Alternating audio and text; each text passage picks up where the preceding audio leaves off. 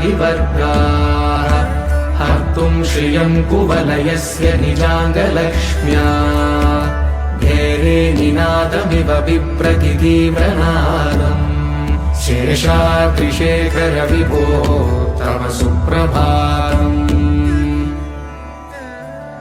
श्रीमन्नभीष्टवरदाखिल लोकबन्धो श्री श्रीनिवास जगदेकदयैकसिन्धो श्रीदेवतागृहभुजान्तर दिव्यमूर्ते श्रीवेङ्कटाचलपते तव सुप्रभातम्